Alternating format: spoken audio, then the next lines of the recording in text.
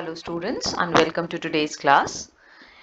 We will be discussing about the organizational objectives today, wherein we'll talk about how we formulate the objectives for the organization, what are the levels of objectives that are set up, what are the parameters which impact the setting up of the organizational objectives, and what are the things which are to be kept in mind in order to frame a good objective. So beginning with what are the objectives, this we have already discussed in the past classes as well, that objectives are the goals, the aims, the purpose for which an organization is striving. The purpose, the aim for which the organization is working, which the organization wants to achieve over varying periods of time. When we say over varying periods of time, we are talking about the time frame for which the objectives have been set up, whether they are short-term objectives, medium-term objectives, or long-term objectives. Now, when the objectives are being set up, traditionally, the method that has been followed is the top-down approach, which means that the top management sets up the goals, the top management sets up the objectives, and they communicate it to the middle level management. Then the middle level management frames the objectives and communicate it to the lower level management. So that is the top-down approach. The objectives are set up at the top level and they percolate downwards toward in the organizational hierarchy. Bottoms up approach is when the employees, the one who is to work, himself or herself set up the objectives and they present it in front of the managers.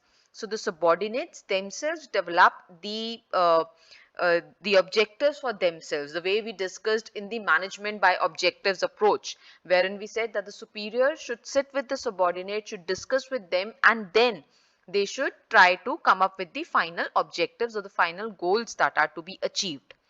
Now, when we say management by objectives, it is a kind of a mixture of both. It's a mixture of top-down and bottoms-up approach, because therein you are not leaving it entirely to the subordinates, nor as a manager you are yourself setting up the goals. What you are doing is you are taking the inputs from the subordinates, you are sitting with them, you are taking their feedback, and in consultation with them, through their participation, the goals are being set up. So brainstorming, consultation with the subordinates, and then formulation of objectives is a combination of both these approaches, top down and bottoms up approach, and that is the best way of doing it, because if you follow up only the top down approach, then you might not have too much participation of the actual employees.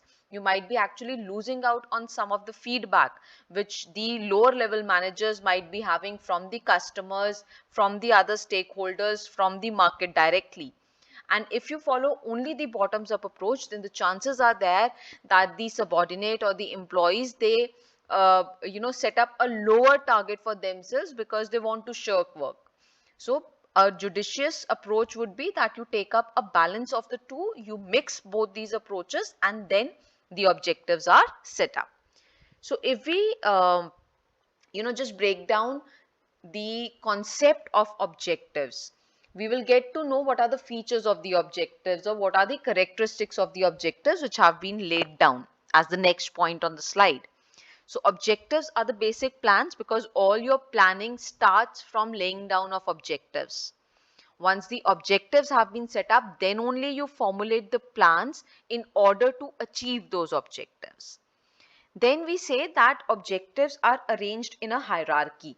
This hierarchy is also referred to as ends means chain. Why we say a hierarchy? Because when you have a hierarchy in the organization, you have a hierarchy in the objectives also. You have top management. So top management will have their objectives. The divisional departments, they will have their own objectives. The departments, they will have their own objectives. Then the individual workers, the employees, they will have their own objectives, how they have to reach there. So all this is a hierarchy. Now what will happen is that each lower level will contribute towards the attainment of the higher goal, right? So if we see downwards the ladder, the topmost top management that has set up their objective in this example, in the figure that has been taken, is that we need to increase the profits by 10%.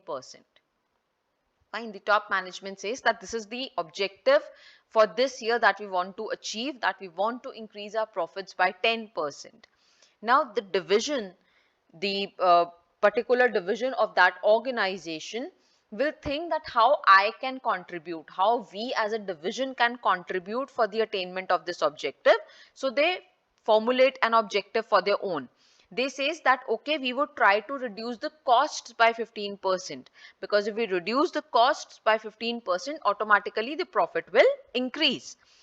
Then you have different departments. So say for example, the production department, it now starts thinking that what manner I can contribute as a department for the attainment of my division's objective. A particular division is the north division of that company has said that we will now reduce the cost by 15%, so our organization can achieve the objective of increasing its profit. Now within this division, the production department says, okay, if the costs are to be reduced, how we can contribute to that? So they lay down that we will reduce the work in progress by 10%. Because if the work in progress is reduced, your the finances which are held up there because that work is still in stock, that will be released. So they decide to reduce the work in progress by 10%. This is their contribution to the objective.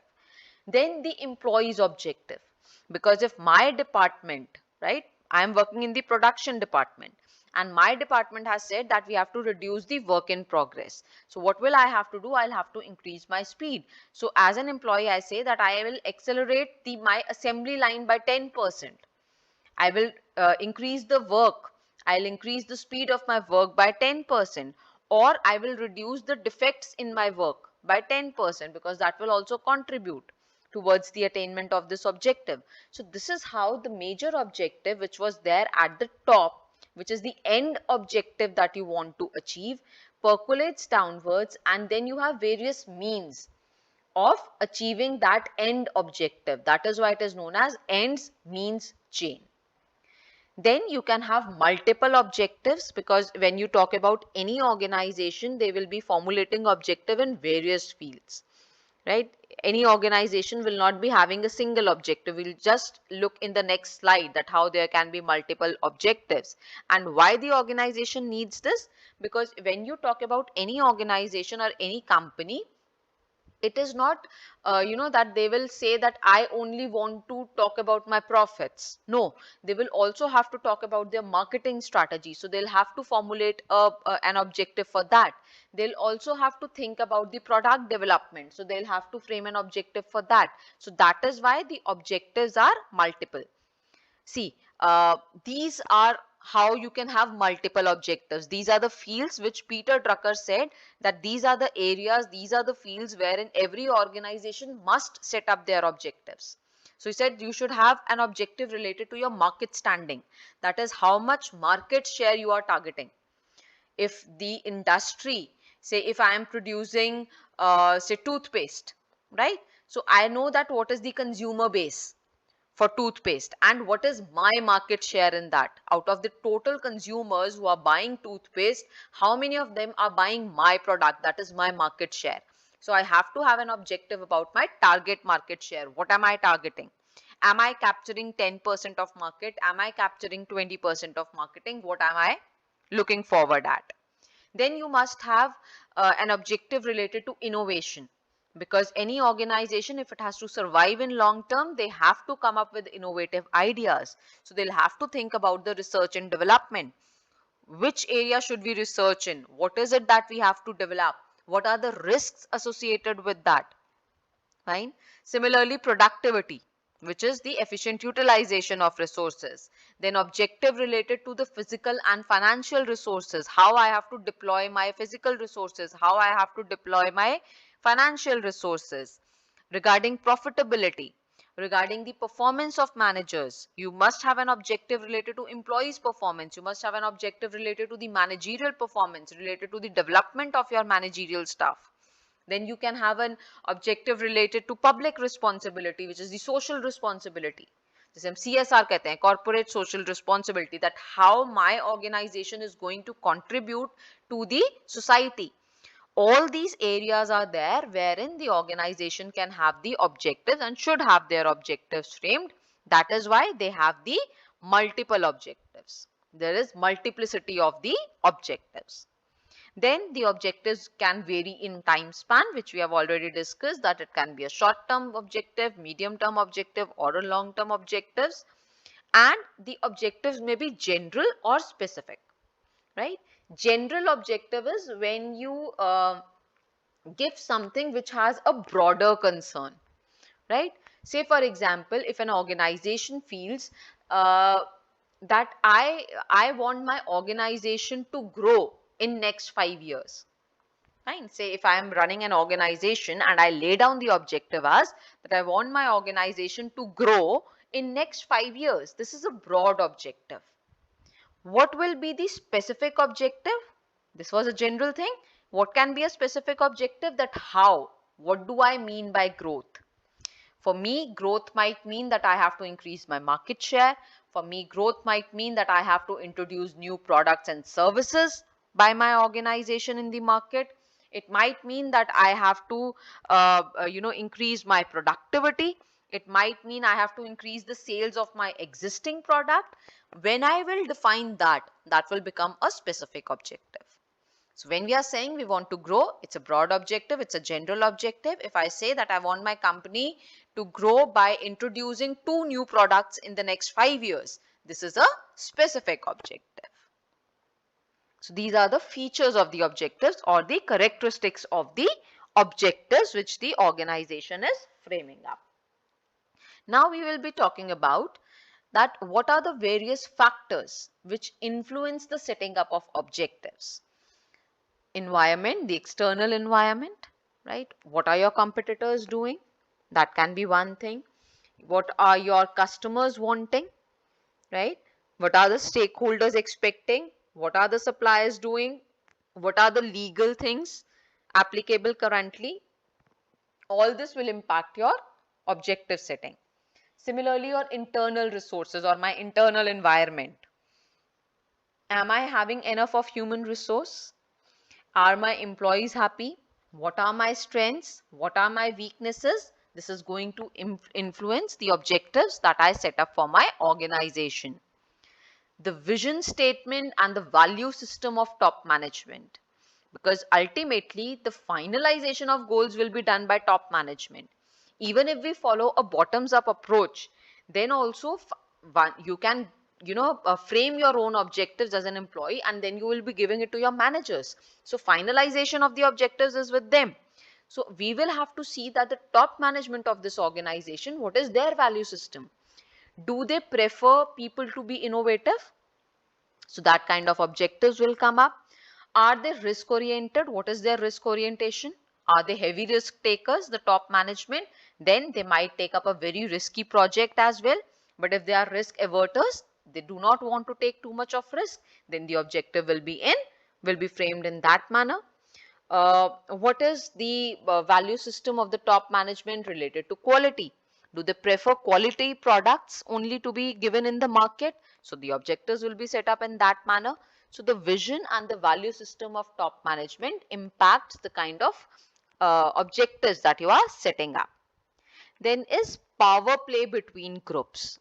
Now there can be organizations wherein within the top management, right, there is a relationship of mutual trust between all the top managers, those who are sitting in the top management. If it is so, then the objectives which will be framed out very smoothly and it will be towards the best satisfaction of everyone, right? But if there is lack of trust between those who are sitting in the top management, then the power play might start. They might get divided into groups. They might start fighting out for if I want something to be done and the other group wants something else to be done. We both are in top management. Then what will be happening is we will start negotiating, right? We will start bargaining and then the objective will be set up. So what is the level of power play between the groups? Which group is having more power? If the mutual trust or mutual cooperation is not there amongst all the top management team, then this power play will come into picture. Then past objectives and performance, because generally when the objectives are set up, we always try to see that in past year or in the past time period, what were the objectives that we had, were we able to achieve them or not, were we successful in those or not, were we able to gain what we wanted or not, and that impacts your future decision regarding the framing up of objectives. So these are 5 major factors which influence the objectives which you are framing up. Now the last topic in this lecture that we are going to discuss is the essentials of valid objectives, which means that when you are framing the objectives, these are the points, these are the essentials which must be present while the formulation in order to have good valid objectives, attainable objectives. First is it should be clear and specific, because if you are giving a very vague statement, if you are giving a very generalized statement regarding the objectives, then people might start interpreting it in their own terms. And if the interpretation room is kept open, everybody might be interpreting it in different manner, and it might not lead you to the end results that you want to achieve. So it is very important that when the goals, when the objectives are being set up, they should be very clear and specific, so that the people, the employees of your organization can clearly understand that what is being expected. Then it should be measurable. As far as possible, they should be in the quantifiable terms, they should be in the verifiable terms, so that you can, check later on whether you have achieved it or not. Because if you cannot put it in the form of standardized thing, how will you rate your performance? How will you check your performance later on? जब हम performance check करते हैं तो हम यही देखते हैं ना कि हम ये standard achieve करना चाहते थे, whether we could reach there or not. लेकिन अगर आप बहुत qualitative terms में अपने objectives को रखते हो तो आप वो standard set up नहीं कर पाओगे, and it might become difficult to check. Then they should be result oriented. You must state the objectives wherein you are saying what I want to achieve. Your objectives are not to be related to the task that is being done, the work that is being done. That is a means of achieving that objective. Objective has to specify that what is the end result that you want to achieve. Say for example, if you have to set up an objective related to your performance in exams, right? So what should be the objective? The objective should be that I want to achieve this much percentage of marks, right? I will be scoring 90% in my UG exams. This is my objective, right? If I say that I will be studying 5 hours daily, this is not an objective. This is a means, this is a work that you will be doing, this is the activity that you will be doing in order to achieve your target, in order to achieve your objective. Objective क्या है कि मुझे 90% लाने हैं. उस 90% को लाने के लिए मुझे क्या एक्टिविटी करनी है? मुझे डेली 5 घंटे पढ़ना है. Fine. So that is the difference between objective and activity. So when you are putting an objective, when you are enlisting any objective, it has to be result oriented. What is the end result that you want to achieve? Then they should be balanced and they should be prioritized. They go hand in hand. Why do we say balanced? Because in the earlier slide we have seen that there are so many areas wherein the organization will be setting up its objective. So when the objectives are being set up, you should not give unfair advantage to one of the areas and neglect some other area totally. Fine. Say for example, if we talk about profitability and public responsibility, social responsibility. Now, you cannot say that my organization has to be socially responsible, तो मैं अपना सारा profit जो आ रहा है वो सब CSR में लगा दूँ. No company will do this. You cannot expect them to do that. Similarly, the company should not go the other way around. कि आपको बहुत ज़्यादा profit है, आपकी अच्छी profit making company है, you are one of the top companies in the country, but you are not contributing anything towards the social responsibility. That should not also be the case. So all these objectives, all these areas wherein the objectives are being set up, they have to be balanced out. This would be the task of the management to see that they have balanced objectives. And because there are more than one objectives, so you have to set up your priorities. Right? At some point of time, profitability might be more important. At some point of time, social responsibility might be important. At some point of time, it might be more important to give focus on the marketing department because the market share is to be increased. At some point of time, it might be more important to give financial resources to your production department because the productivity has to be increased. So depending upon the situation, because there are multiple objectives present, because there is multiplicity of objectives, so prioritization has to be done. Then the objectives must be realistic, but at the same time they should be challenging. Realistic का क्या मतलब है, यहाँ क्यों हम कह रहे हैं कि realistic होने चाहिए? Because many times it has been seen that people set up idealistic objectives कि क्या होना चाहिए best. अगर आप एक आइडियलिस्टिक ऑब्जेक्टिव सेटअप करते हो without looking at the external environment, internal environment condition, without looking at your strengths and weaknesses, then you might not be able to achieve that objective. ठीक है, तो जब भी हम ऑब्जेक्टिव सेटअप कर रहे हैं, it has to be very realistic. Again if I take example of you as a student, say if I am a student who till now has been achieving 50%, 60% marks throughout my student life, right? And today suddenly I say that no, I am setting up my objective that I have to achieve 95% marks. Now this might not be very realistic, right? So I will have to set up a realistic target. Maybe if I am getting 60% marks, I can start up by setting it up at 70% or 75%. Once I achieve that, once I get to know how to reach there, once I realize my potential of reaching over there, next time I can set up a even higher objective. But giving a sudden jump which you know is not realistic, which you know that a person won't be able to achieve, that kind of objective is worthless. It should not be set up. But as I said at the same time it should be challenging. Realistic का मतलब ये नहीं है कि अगर मेरे अभी 60% आ रहे हैं तो मैं अभी अपना अगला ऑब्जेक्टिव भी यही रखूंगी, नहीं बस मुझे तो 60% ही लाने हैं. Then there is no challenge in that. वो तो आ ही रहा है, उतने तो आ ही जाते हैं, उतने तो आप अभी तक भी ला रहे हो. So how will you improve upon? By giving yourself a challenge, by improving up in some area. Right? So when the organization is setting up the objectives, they have to keep in mind that they have to be realistic objectives. It should not be the idealistic objectives. How do you set up realistic objectives? When you know that what are the resources of your organization, what are the capabilities of the people of your organization.